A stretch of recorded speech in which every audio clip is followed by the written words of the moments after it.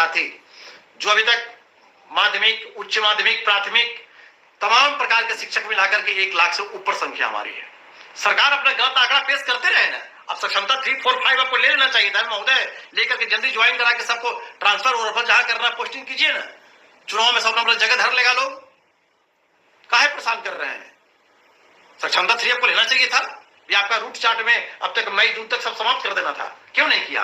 आप इसलिए नहीं कर रहे हैं ना क्योंकि शिक्षक नकार दिया और शिक्षक कोई फॉर्म भरने के लिए तैयार नहीं है। यह बात सरकार को समझ में आ गई है। अब तरह तरह का अधिकारी, ये फरमान वो फरमान, कोई फरमान नहीं।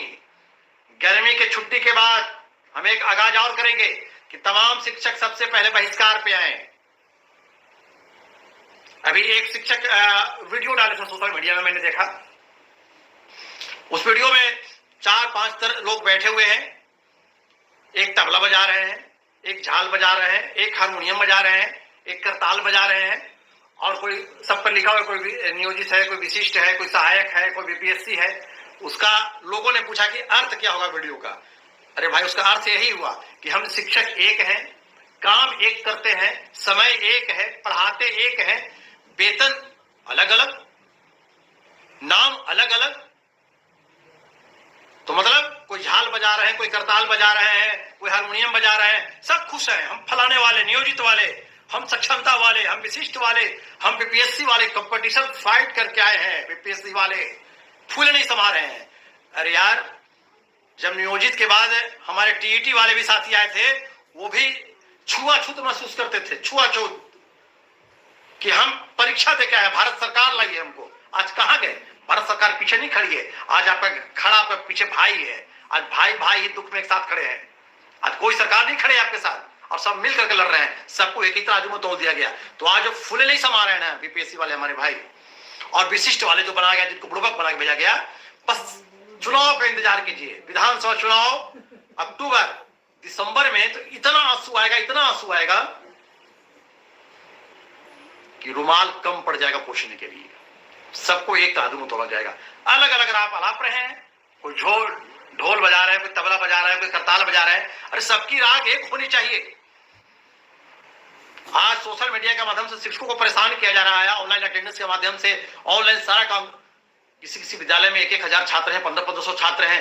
प्रत्येक छात्र का एक सब्जेक्ट का नंबर अपलोड करना, नाम अपलोड करना, और कर रहे का तो मोबाइल से 2 इंची के 3 इंची के स्क्रीन पर मोबाइल से कर रहे हैं।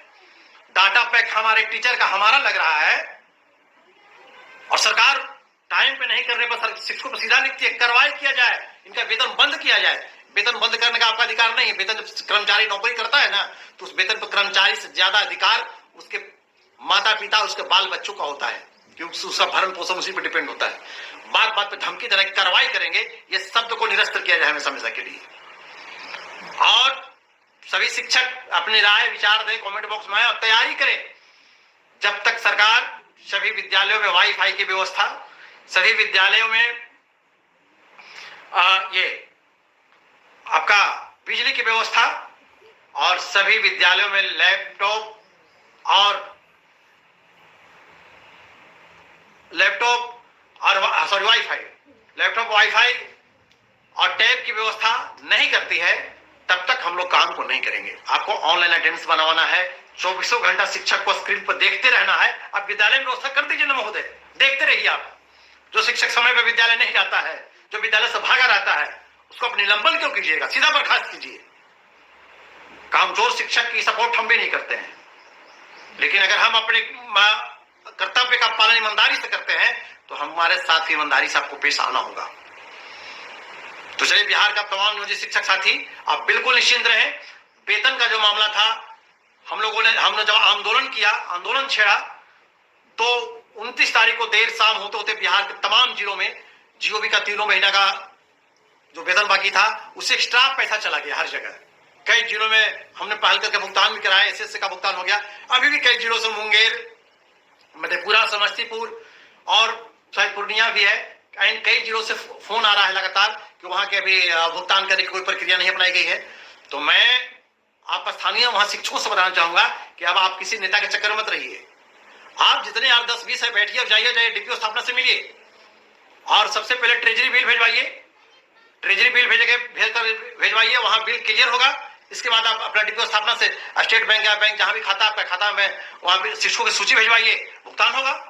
अगर अभी भी कोई दिक्कत हो रहा है, भुगतान करने में किसी को हो रहा है, तो आप फिर अपनी डिपो स्थापना और संबंधित लिपिक का मोबाइल नंबर दे करके हमसे बात करें, मैं उनसे बात करूंगा। सबका भुगतान टाइम पे होना चाहिए, पैसा सबका है, कोई शिक्षक का वेतन नहीं रुकेगा। हम काम करते हैं, काम के बदले पैसे लेते हैं, फोकट में पैसा नहीं लेते हैं। तो इन्हीं बातों के साथ मैं अपनी वाणी को विराम करने से पहले आप तमाम शिक्षक साथियों को मैं कहना चाहूंगा कि आप सभी अपनी एकता को बरकरार रखें। हम किसी भी हाल में अपनी सारी मांग को लेकर के रहेंगे।